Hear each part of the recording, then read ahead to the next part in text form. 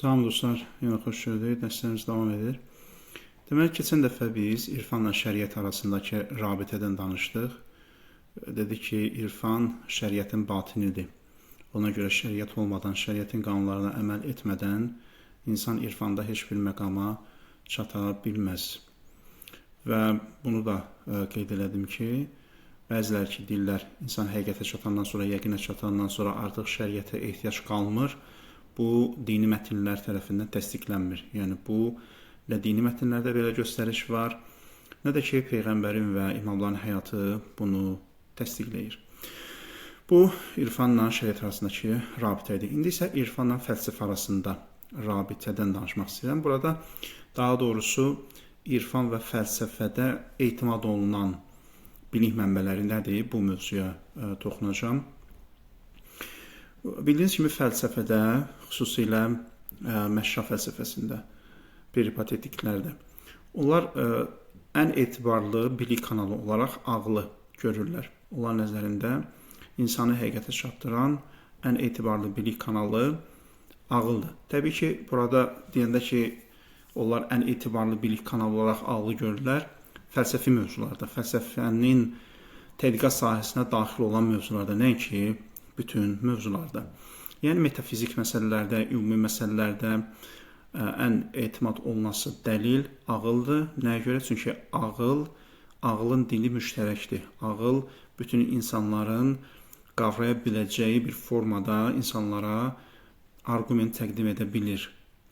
Amma digər dəlillərə gəldikdə, məsələn, intuisiya, yəni qəlb gözü ilə görmə, mükaşifə dediyimiz şey, hansı ki, irfanda istifadə olunur.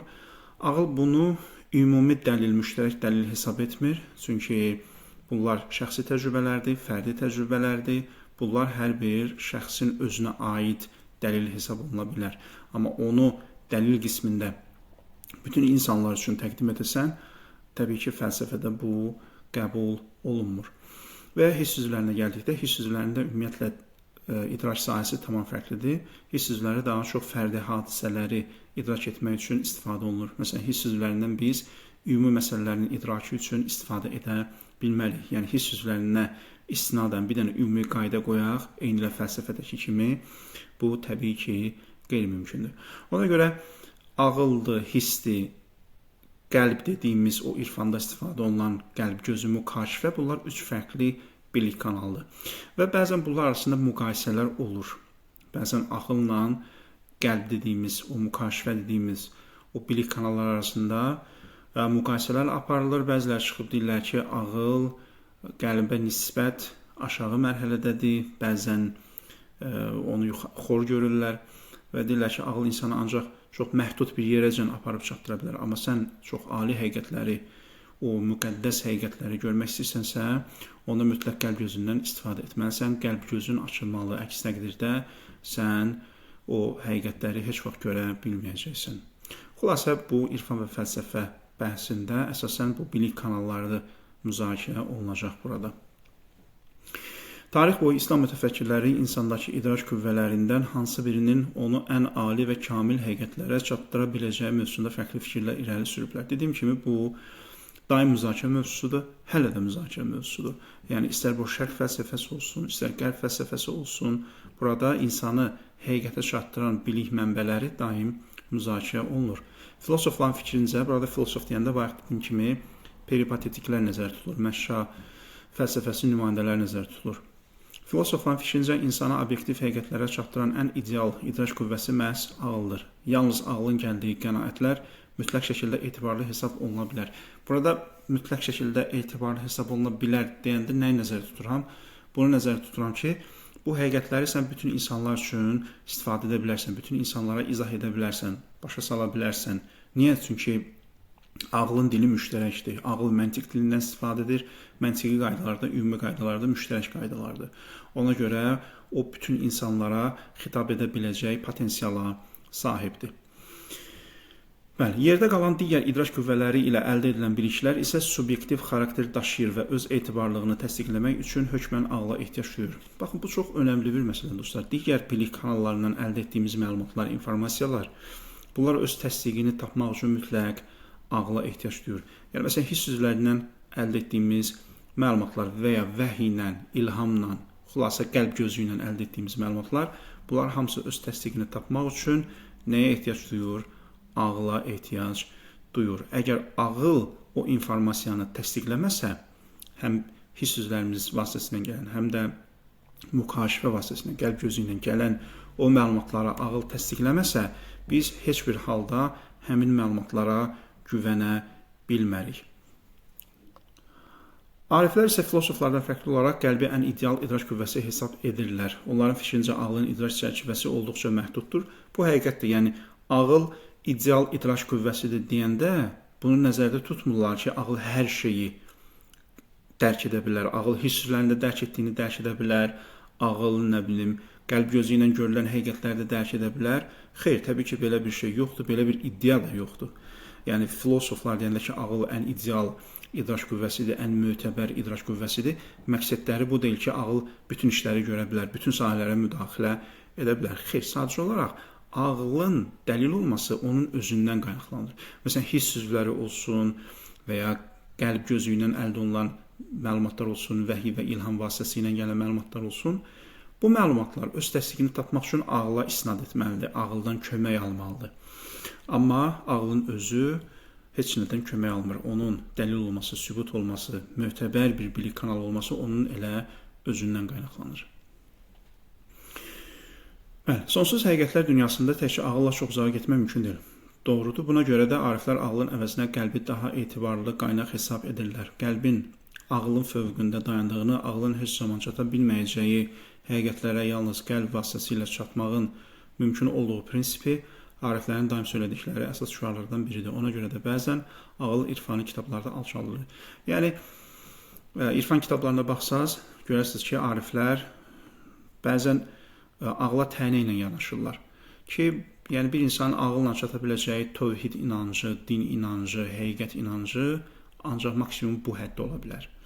Amma özlərinə işarə edərək göstərirlər ki, bizim çatdığımız, hansı ki biz burada mükaşifədən, ilhamdan, vəhiydən istifadə edirik, qəlb gözündən istifadə edirik. Bizim çatdığımız həqiqətlər daha yüksək, daha ali həqiqətlərdir. Qeyd edək ki, ariflərin bəzən ağlı alçaltması heç də ağlı kökündən inkar etmək kimi anlaşılmamalıdır. Baxın, bu da çox önəmlidir. Bəzən belə bir yanlış təsəvvürdə olur. Yəni, irfan ədəbiyyatına baxanda görürük ki, bəli, orada ağla bir yuxarıdan aşağı baxma var. Amma bu demək deyil ki, ariflər ağlı kökündən inkar edirlər. Çünki belə bir şey ümumiyyətlə mümkün deyil. Və yadınızdadırsa, keçən dərslərdə mən qeyd eləmişdim. Bəzi ariflər, onlar fəlsəfədən gəliblər. Fəlsəfi məktəbdən gəliblər. Onların əvvəlləri fəlsəfəçi olubdur. Və bu insanların irfana üst ondan sonra ağlı inkar etmələri bu qeyri-mümkündür. Nəyə görə? Çünki onlar bu irfani sistemi məhz o fəlsəfi ağıldan istifadə edərək qurublar. Ona görə heç bir halda hansısa bir arif ağlı inkar etmir. Sadəcə olaraq o qəlbə nisbətdə ağlı xor görə bilər. Amma bu xor görmə, dostlar, bunu unutmayaq, bu xor görmə ağlı inkar etmək mənasında deyil. Çünki ariflərin qəlb ilə gördükləri həqiqətlər yalnız ağlın köməyi ilə rasional şəkildə ifadə olunur. Bu bir həqiqətdir. Çünki arifin yaşadığı təcrübə fərdi təcrübədir, individualdır. O öz dünyasında nələrsə görür, nələrsə yaşayır, nələrsə təcrübə edir. Amma o başqalarına bunu necə çatdırmalıdır? O gördüyünü heç vaxt başqalarına olduğu şəkildə çatdıra bilməz. Onun yalnız fəlsəfi bir formaya, fəlsəfi bir qəlibə salaraq çatdıra bilər. Ona görə burada nəyə möhtacdır? Ağıla möhtacdır. Əgər ağıl olmasaydı, ariflər heç zaman qəlb ilə gördükləri ali həqiqətləri başqalarına çatdıra bilməzlər. Bu bir mənalıdır. Əgər ağıl olmasaydı, fəlsəfə olmasaydı, məntiq olmasaydı, ariflər gördüklərini heç kimə çatdıra bilməzdilər, heç kimə izah edə bilməzdilər. Ümumiyyətlə izah etmək mümkün olmazdı. Ümumiyyətlə belə bir cəhd mənasız olardı. Əgər ağıl etibarlı bir mənbə deyilsə, sən gördüklərini nəyə əsasən fəlsəfi və məntiqi dillə mənə çatdırmağa çalışırsan. Ümumiyyətlə belə bir cəhd mənasız olardı. Deməli, ağılla qəlb və fəlsəfə ilə irfan arasında heç zaman sözün əsl mənasında ziddiyyət yarana bilməz. Baxın, bunlar bu bir aksiyondur. Yəni bunu bu cür qəbul etmək lazımdır ki, ağılla qəlb arasında ziddiyyət mümkün deyil olsun. Birincisi, bunların predmetləri fərqlidir. İkincisi, hər bir halda gördüklərimiz, yaşadıklarımız, təcrübə etdiklərimiz öz təsdiqini tapmaq üçün ağla möhtacdır. Ona görə bunlar bir-birini heç vaxt təkzib edə bilməz.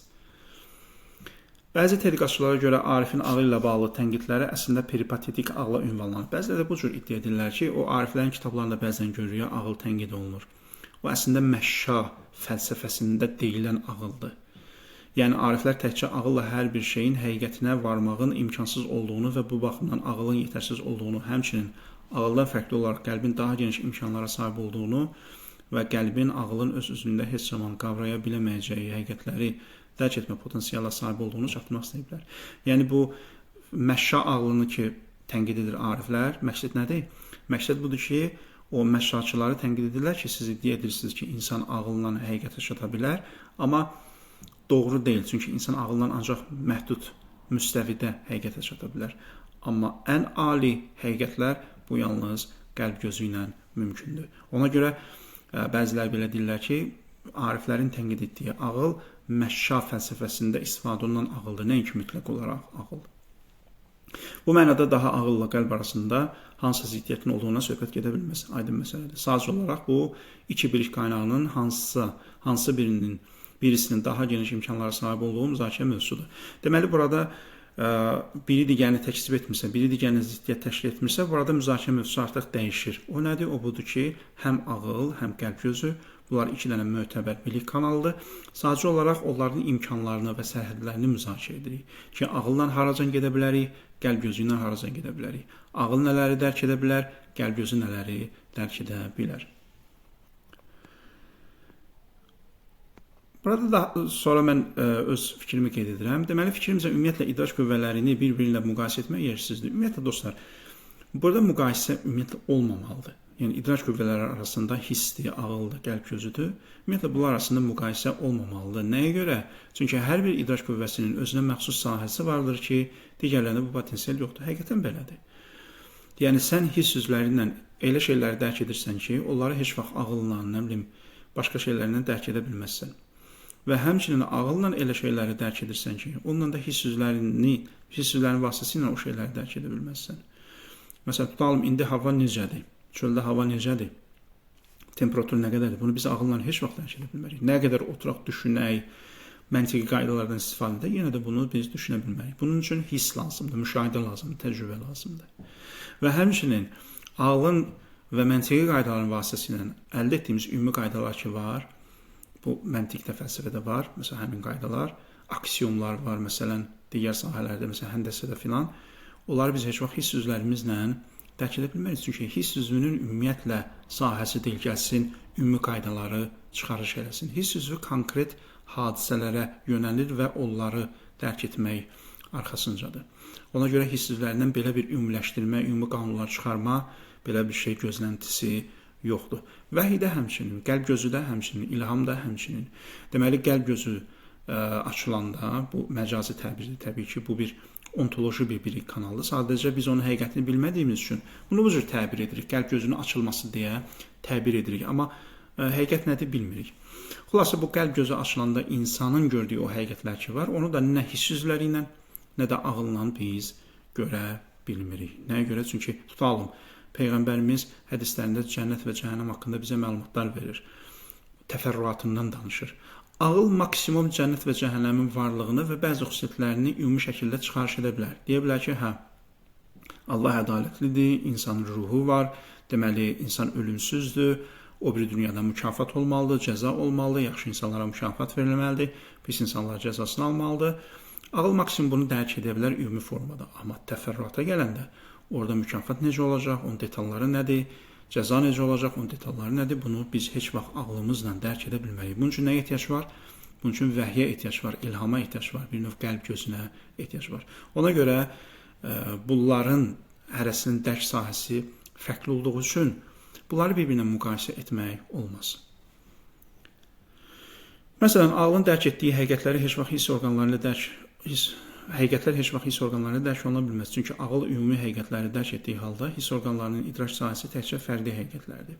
Fərdi həqiqətlər nədir? Yəni konkret hadisələr. Tutalım, indi nə baş verir? Dünən nə baş verib? Bu cür hadisələr. Gedirsiniz, nə isə müşahidə edirsiniz konkret bir hadisəni. Bunlar fərdi həqiqətlərdir. Bunu biz ağlımızla dərk edə bilmərik. Bunun üçün hiss üzvləri lazımdır. Belə olan halda bu iki idrak qüvvəsini bir-biri ilə müqayisə etmək yersizdir. Ona görə ki, ağılda olan potensial hiss orqanlarında olmadığı kimi, hiss orqanlarında olan potensial da ağılda yoxdur. Aydın məsələdir bu. Bu eyni ilə iki fərqli elm sahəsini bir-biri ilə müqayisə etməyə bənzəyir. Əgər kimsə fizika ilə kimya elmi arasında hansının üstün olması haqqında müqayisə aparsa, bu müqayisənin nə qədər mənası olduğunu hamı anlaya bilər. Təsəvvür edin, iki fərqli sahədir, fəndir və siz bunları müqayisə edirsiniz. Tutalım, fizika ilə, məsələn, Azərbaycan dili ədəbiyyatı, fizika ilə, sosiologiyanı müqayisə edirsiniz. Deyirsiniz ki, hansı üstündür? Və argument də budur ki, biz fizikada elə həqiqətləri dərk edirik ki, onu heç vaxt Azərbaycan dili ədəbiyyatdan, sosiologiyada dərk edə bilmirik. Eynisini o birisi də deyə bilər ki, biz sosiologiyada və ya Azərbaycan dili ədəbiyyatda elə şeylər öyrənirik ki, onda sən heç vaxt fizikada öyrənə bilməzsən. Aydın, ona görə bunları müqayisə etmək yanlışdır, çünki predmetləri fərqlidir, tədqiqat sahələri fərqlidir. Hərəsinin öz tədqiqat sahəsi var. Bunları müqayisə etmək olmaz. Bütün bunlara baxmayaraq, ağıl hiss orqanları ilə müqayisədə yalnız bir xüsusiyyətə malikdir. Bəli, baxın, bunu deyirik, müqayisə etmək olmaz, biri digərinin üstün deyil. Amma bir məsələ var. O nədir? O da budur ki, bu ağılın hiss orqanları ilə əldə edilən biliklərin etibarlı olduğunu təsdiqləmək xüsusiyyətidir. Ağılın bir yöndə yalnız üstünlüyü var, həm hiss orqanlarına, hiss üzvlərinə, həm də o qəlb gözünə yalnız bir sahədə üstünlüyü var. O nədir? O da təsdiq. Yəni, bayaq dediyim kimi, biz həm hiss üzvləri vasitəsilə, həm də qəlb gözü ilə əldə etdiyimiz informasiyalar öz təsdiqini ağıl vasitəsilə əldə edir. Əgər ağıl olmasaydı, onlar heç vaxt öz təsdiqini tapmazdı. Belə bir təsdiqləmə olmasa, hissi biliklərin heç biri etibarlı hesab oluna bilməz. Hətta bu bilik vəhy kanalı ilə gəlsə belə. Vəhy kanalı ilə gələn biliklər belə ağılın mühakiməsi olmadan heç zaman etibarlı hesab olunmur. Məsələn, tutalım, Peyğəmbərə vəhy gəlir. Düzdür, Cəbrail gəlir, ona həqiqətləri izah edir. Peyğəmbər hardan bilir ki, onun gördüyü Cəbraildir? Necə əmin olur ki, onun gördüyü, eşitdiyi, duyduğu, ona ötürülən məlumatlar Allah tərəfindəndir? Bunu ağılla mühakimə etməsi lazımdır, ağılla təsdiqləməsi lazımdır. Ondan sonra növbəti mərhələdə nə edir? O eşitdiklərini, duyduqlarını, yaşadıqlarını etibarlı hesab edir. Çünki şizofrenlər də var, onlar da müəyyən səslər eşidirlər, müəyyən şeylər görürlər. Niyə şizofrenlərin gördüklərini biz etimad eləmirik? Çünki ağıl təsdiqini tapmayıb. Ağılla təsdiq tapmayıb, olan gördükləri təsdiqini tapmayıbdır. Ağıl olan gördüklərini təsdiqləmir. Aydındır? Amma Peyğəmbərin gördükləri, Peyğəmbərin yaşadıqlarını biz təsdiq edirik. Niyə? Çünki Peyğəmbərin bizə dediklərindən, biz şizofrenin bizə dediklərini müqayisə edirik. Həm onların dediklərini müqayisə edirik, həm onların özlərini müqayisə edirik, həm onların yaşam tərzlərini müqayisə edirik və buradan nəticəyə varırıq. Yoxsa sırf qeyri-adi bir şey eşitmək, sırf qeyri-adi bir şey görmək, bu həmin şeyin həqiqət olduğunu təsdiqləmir. Baxın, görürsünüz, burada biz nəyə möhtacıq? Ağla möhtacıq, ağlın təsdiqinə möhtacıq. Bu baxımdan bəli, ağıl hamısından üstündür. Çünki hiss üzvlərdə, vəhiydə öz etibarlılığını haradan alır? Ağıldan alır. Bəli, o zaman haqlı olaraq bizə etiraz edə bilərlər. Vəhy ilə gələn biliklərin etibarlı olduğunu belə ağıl təsdiqləyir. Bu necə olur? Axı vəhy vasitəsilə bildirilən biliklər Tanrının sözləridir və Tanrının sözlərində isə heç bir yanlışlıq ola bilməz. Odur ki, vəhy kateqoriyasına daxil olan sözlərin, biliklərin ağlı mühakiməsinə əsla ehtiyacı yoxdur. İnsan öz məhdud ağlı ilə Tanrının sözlərindən necə etibarlıq bəxş edə bilər ki? Baxın, burada qarşıdırılan bir məsələ var. O nədir? Bir var mənbənin özünü təsdiqləmək, bir var mənbədə deyilən məlumatları təsdiqləmək. Bu ikisi fərqli şeylərdir. Ağıl vəhyi təsdiqləyir deyəndə məqsəd ümumi olaraq, yəni o kanala, bilik kanalına etibarlılıq bəxş edir. Məqsəd budur. Nəinki o kanal vasitəsilə əldə edilən məlumatların məzmunundan. Xeyr, burada söhbət məzmundan getmir. Burada söhbət o bilik kanalının özündən gedir. Vəhy, ilham öz etibarlılığını kimə borcludur? Ağla borcludur. Amma o vəhy vasitəsilə, ilham vasitəsilə gələn məlumatlar, onlar da öz etibarlılığını ağla borcludur? Xeyr. Bunlar artıq fərqli mövzulardır, bunlar fərqli şeylərdir. O kanal vasitəsilə, bilik kanalı vasitəsilə gələn məlumatlar, bunlar artıq ağlın çata bilməyəcəyi, dərk edə bilməyəcəyi məlumatlardır. Onu artıq ağıl müstəqil şəkildə dərk edə bilmir. Zaten dərk etsəydi vəhyə ehtiyac olmazdı. Amma bir bilik kanalı olaraq ağılla nə etməlidir? Onu birinci növbədə təsdiqləməlidir. Bu eynilə ağılla hiss üzvləri arasındakı rabitəyə də bənzəyir. Necə ki, hiss üzvləri öz etibarlılığını ağla borçludur. Ağıl birinci təsdiqləyir ki, bəli, sən hiss üzvləri vasitəsilə əldə edilən informasiyanı qəbul edə bilərsən. Ağıl təsdiqləyir. Amma ağıl hiss üzvlərindən gələn məlumatları öz müstəqil şəkildə dərk edə bilər? Təbii ki, dərk edə bilməz. Çünki ağlın tədqiqat sahəsinə daxil deyil, idrak sahəsinə daxil deyil. Deməli, burada bilik kanalının etibarlılığını təsdiqləmək bir şeydir. O kanal vasitəsilə gələn məlumatları təsdiqləmək başqa şeydir. Burada biz Tanrının sözlərini mühakimə etmirik. Burada biz hələ yoxlayırıq, araşdırırıq, tədqiq edirik. Görək ki, bu Tanrının sözləridir yoxsa yox. Bəlkə Tanrının sözləri deyil. Kim zəmanət verə bilər buna? Bəli. Ağlın bütün bilik qaynaqlarında bilik istehsalı prosesində iştirakçısı kimi çıxış edib onların etibarlı olduğunu təsdiqləməsi üçün mühakimə yürütməsi dedikdə ağlın həmin biliklərin məzmununu sırf ağıl süzgəcindən keçirilməsi nəzərdə tutulur. Bəli, biz burada deyəndə ki, ağıl burada nəzarətçi rol oynayır. Yəni ağıl onları ağıl süzgəcindən məntiqi qaydalar əsasında ağıl süzgəcindən keçirir. Ki bunlar nə qədər tutarlıdır, bunlar nə qədər məntiqi qaydalarla uzlaşır. Məsələn, əgər təcrübə əsasında A-nın B-yə təsir etdiyi anlaşılarsa, ağıl burada A-nın B-yə təsirini təcrübədən kənar müstəqil şəkildə nəzərdən keçirmir. Ümumiyyətlə, ağıl belə bir mühakimə yürüdə bilməz. A və B arasında nə kimi bir qarşılıqlı təsirin olması yalnız təcrübə yolla aşkarlana bilər. Lakin burada əldə olunan bilik sonda ağlın mühakiməsinə tabe tutulur ki, hasil olan nəticə etibarlı hesab olunsun. Baxın, tutalım, bir təcrübə keçirilir iki cisim arasında. Məsələn, bir cismin digər cismə təsiri, A-nın B-yə təsiri. Təcrübə olundu və məlum oldu ki, A B-yə müəyyən mənada təsir edir. Burada ağıl gəlib o təsirin necə olduğunu araşdırmır. Aydındır? A-nın B-yə necə təsir etdiyini, orada hansı fiziki və kimyəvi proseslərin getdiyini araşdırmır. Çünki ağıl ümumiyyətlə buna qadir deyil. Ağıl sadəcə olaraq nəticəni neynir? Ağıl süzgəcindən keçirir ki, bu əqli qaydalara, rasional qaydalara zid yoxsa zid deyil. Vəssalam. Aydındır? Ona görə ağlın nəzarəti bu səpkidədir. Tutalım, bir təcrübə keçirildi və nəticə bu oldu ki, cisim eyni anda, eyni zamanda, eyni məkanda həm var, həm yox ola bilər. Bunu bizə təcrübə adı ilə təqdim elədilər. Bunu indi biz ağlın süzgəcindən keçirik. Belə bir şey mümkündür, ağıl deyir, xeyr, belə bir şey mümkün deyil. Çünki bu ziddiyyətsizlik qanunu ziddiyyət təşkil edir. Uyuşmur, düz gəlmir. Bir şey eyni zamanda, eyni məkanda, eyni anda həm var olsun, həm yox olsun, bu qeyri-mümkündür. Ağıl burada bu nəticəni inkar edir. Amma başqa bir nəticə, tutalım, təcrübədən doğan bir nəticə, gəlir deyir ki, biz filan cismi, filan cisimdən, filan maddəni ilə qarışdırdıq və belə bir nəticə meydana gəldi. Ağıl deyir ki, burada ağla zid heç nə yoxdur. Ona görə əgər təcrübə doğrudursa, nəticə də doğrudur. Və bunu nə etmək lazımdır? Praktik eləmək lazımdır ki, görək praktikada özünü nə qədər doğrudur və s. Yəni, ağlın nəzarəti bu səpkidədir. Lakin burada əldə olunan bilik sonda ağlın bəli bunu dedi. Məsələn, ağıl ziddiyyətsizlik qaydasını nəticəyə, hasil olan biliyə tətbiq edir. Çünki bu qayda nəticəyə tətbiq edilməsə, o zaman təcrübə vasitəsilə əldə etdiyimiz nəticənin, biliyin heç bir faydası olmayacaq. Baxın, burada ziddiyyətsizlik qanunu necə nəticəyə tətbiq edir. Tutalım, sizə gəlib deyirlər ki, biz filan bir eksperiment keçirdik, nəticə budur. Ağıl onu təsdiqləməsi üçün burada başqa bir formada ziddiyyətsizlik qanunu tətbiq edir. O necə edir bunu? Bunu bu cür edir ki, əgər nəticə B-dirsə, deməli o heç vaxt A ola bilməz, C ola bilməz, nə bilim başqa bir şey ola bilməz.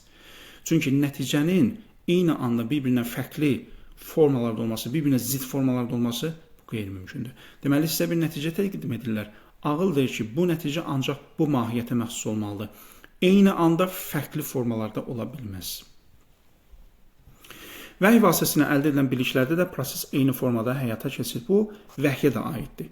Yəni, bayaq dediyim kimi, Peyğəmbər gəlir, Peyğəmbər vəhy vasitəsilə, Cəbrail vasitəsilə müəyyən hökmləri əldə edir.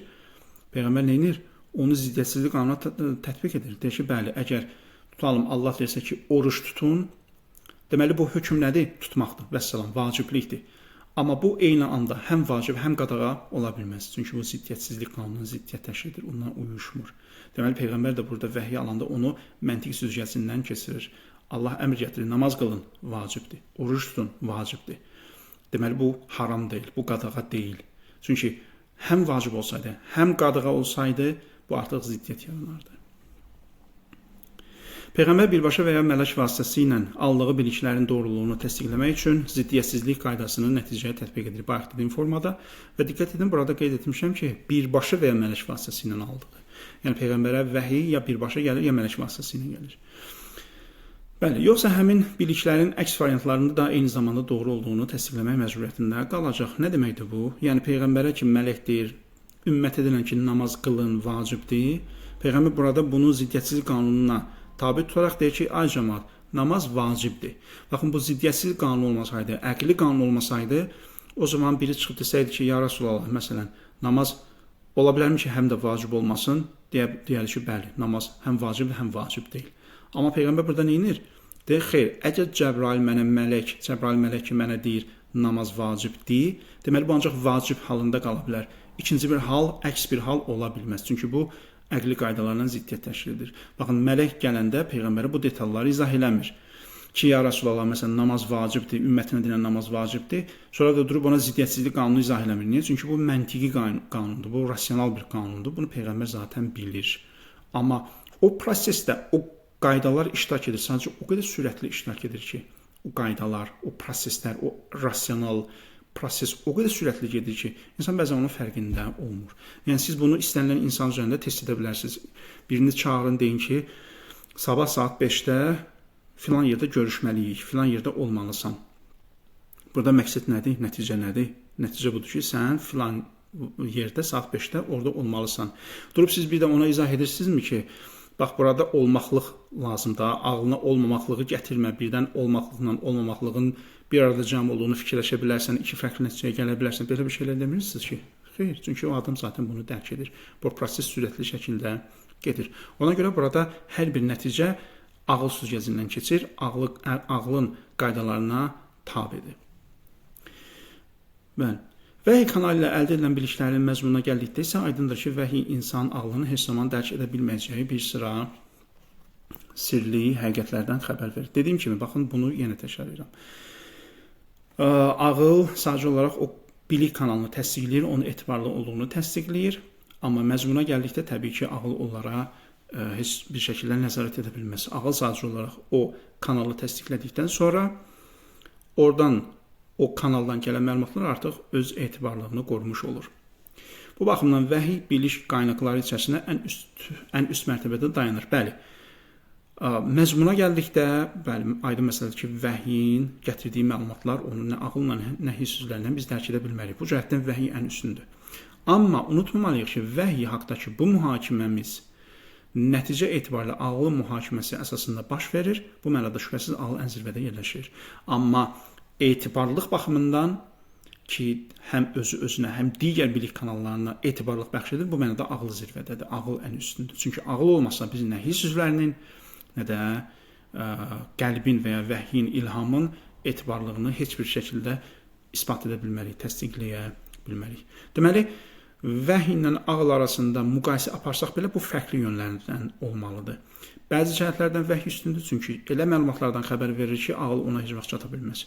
Amma ümumi olaraq götürsək, etibarlılıq bəxş etməyi nəzərə alıb müqayisə aparsaq, onda ağıl ən üstün bilik kanaldır. Çünki həm vəhiy, həm hiss üzvləri öz etibarlılığını kimdən alırlar? Ağıldan alırlar. Amma ümumi olaraq təbii ki, bunlar arasında müqayisə aparmaq yanlışdır. Yanlış deməyim, yaxşı deyil. Çünki hərəsinin öz idrac sahəsi var. Bu da vəhiy və fəlsəfə mövzusuydu. İnşallah növbəti dərslərdə növbəti mövzulara keçiş alacaq. Bugünlük bu qədər.